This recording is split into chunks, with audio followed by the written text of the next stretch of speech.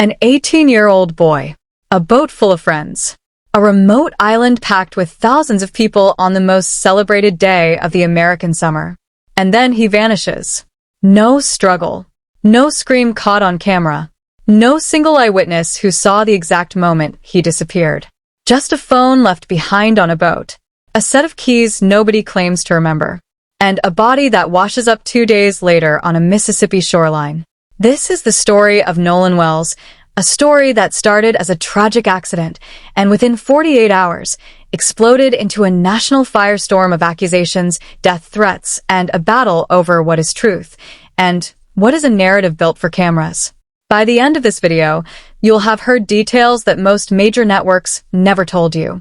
And I want you to stay till the end, because there is one detail about a phone and one detail about a boat's speed that investigators still cannot fully explain. Let's start from the beginning.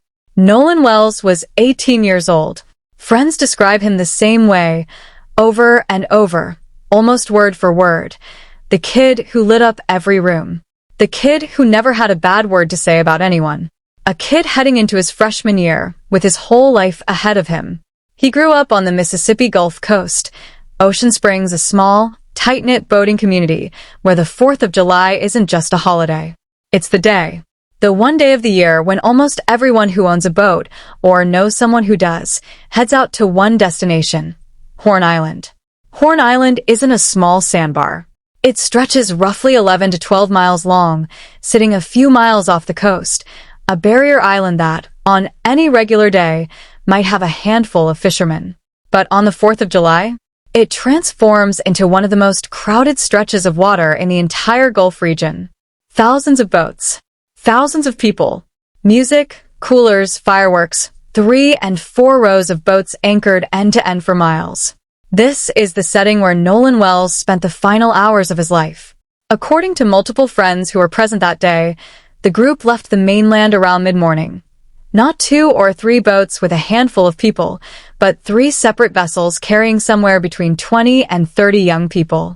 Nolan rowed out on a 22-foot Triton with a group of friends he had known since middle school. By 10:30 a.m., they arrived at the island's west tip, the most crowded section on the entire coastline that day. Boats 3 rows deep. Estimates from multiple witnesses put the crowd in that single section alone between 400 and 1,000 people, and that's just where this friend group anchored. Multiply that across the full 11-mile island, and you're talking about a crowd that could easily reach into the thousands. This was not, as some reports suggested, a deserted, remote location where a small group of friends could quietly make somebody disappear unnoticed. For hours, it was a party. Drinking, music, friends reconnecting, girls and guys splashing in chest-deep water just off the boats. Nolan was seen laughing, joking, spending time with a young woman, a girl named Katie, who friends say he'd taken an interest in that day. But underneath the celebration, tension was already building. Sometime in the afternoon, an altercation broke out on the beach. Not involving Nolan, but involving another member of the friend group and someone from a separate group entirely. Witnesses say it started over something almost absurdly small, a lost drink koozie lid, an unrelated stranger inserting himself into an argument between a young man and his girlfriend, and within moments, fists were flying. This is important, because a video of the altercation later went viral online, with claims that the voice heard screaming, "Give me my effing phone back," belonged to Nolan Wells himself, moments before his death.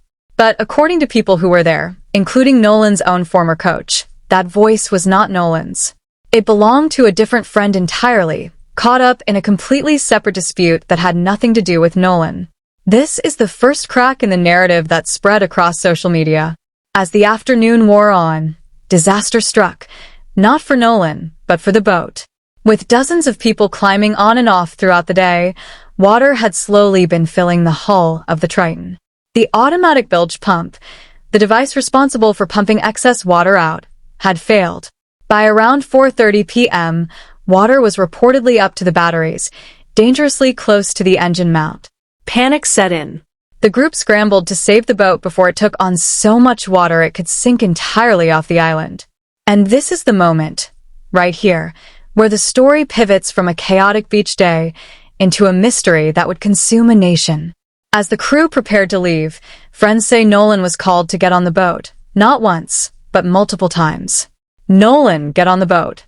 We're leaving." According to those present, Nolan made a decision. He chose to stay behind on the island with Katie, planning to catch a ride back later with a different group, something friends insist was extremely common at Horn Island, where dozens of boats mingle and people frequently swap rides throughout the day. The last confirmed sighting most of his close friends can verify was around 3 p.m. But at least one other person has since come forward claiming they saw Nolan alive as late as 6 p.m., hours after his friends had already left the island. If that timeline is accurate, it means Nolan Wells was very much alive on a crowded island with potentially thousands of witnesses still present, long after the boys being accused online had already departed. So what happened between 6 p.m. and whenever he entered the water for the final time? That is the question nobody has answered. Here's where things get complicated.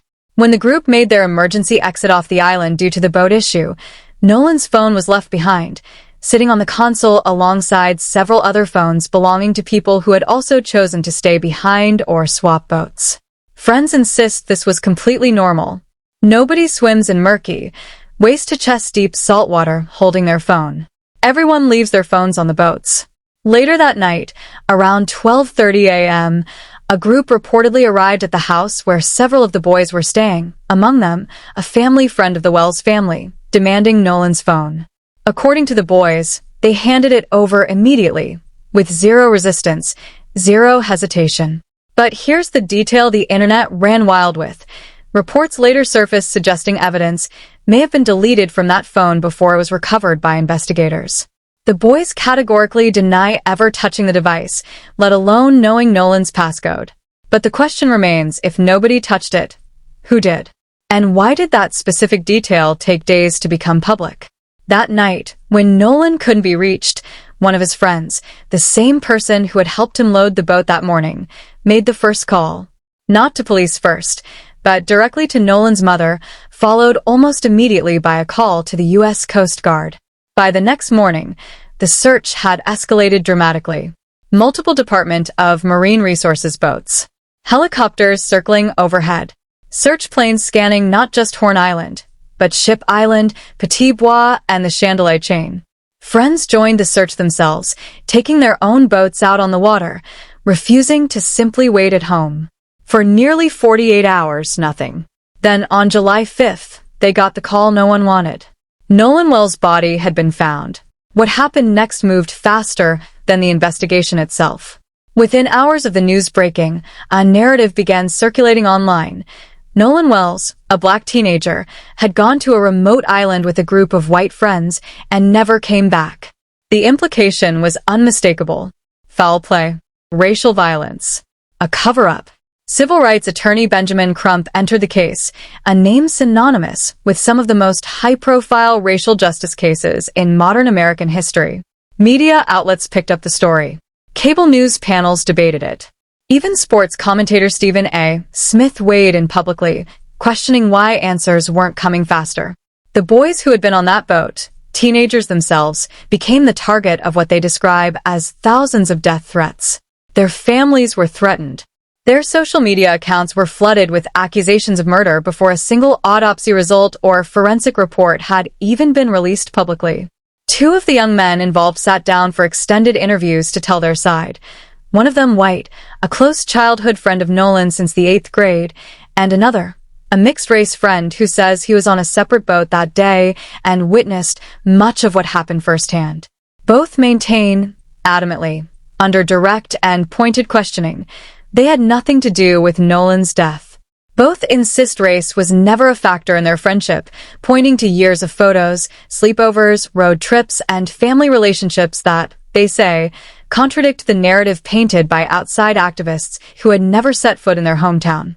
One of them put it this way, "If Nolan ever felt uncomfortable around us, why would he keep coming back, year after year, day after day?"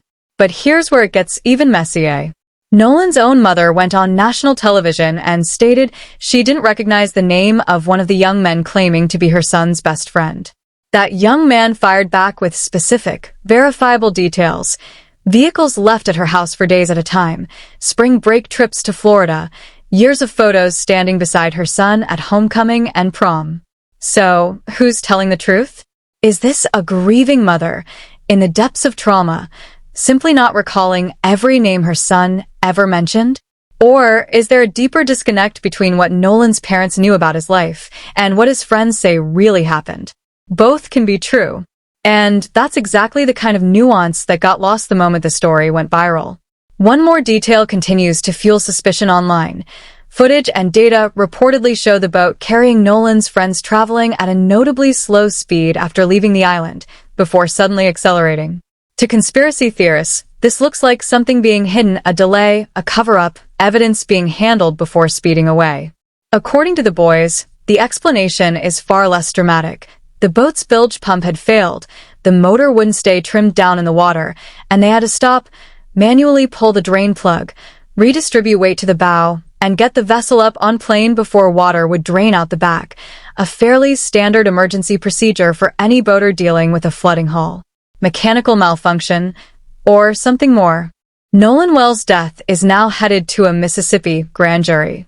The district attorney has confirmed that no evidence will be released publicly until that grand jury has reviewed the case, a move officials say is meant to protect the integrity of the investigation, but one that has only fueled more public speculation in the meantime. Reports indicate more than 60 witnesses have already been interviewed. So where does that leave us?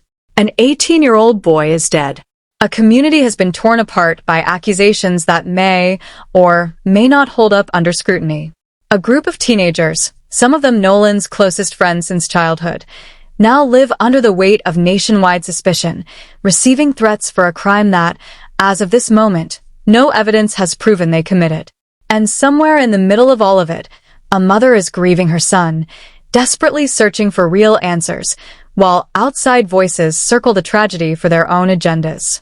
So, I'll leave you with this. Was Nolan Wells' death a tragic accident? A young man, alone in dark water, caught in a current on a night when thousands of people were too distracted to notice? Or is there still something buried in that timeline between 6 p.m. and the moment his body was found? Something the grand jury is about to uncover? Because right now, there are only two people who know exactly what happened on Horn Island that night. One of them can't speak anymore. Drop a comment below. Do you believe this was a tragic accident, or is there more to this story than we've been told? And subscribe, because the moment the grand jury releases its findings, we will be the first to break it down for you, second by second.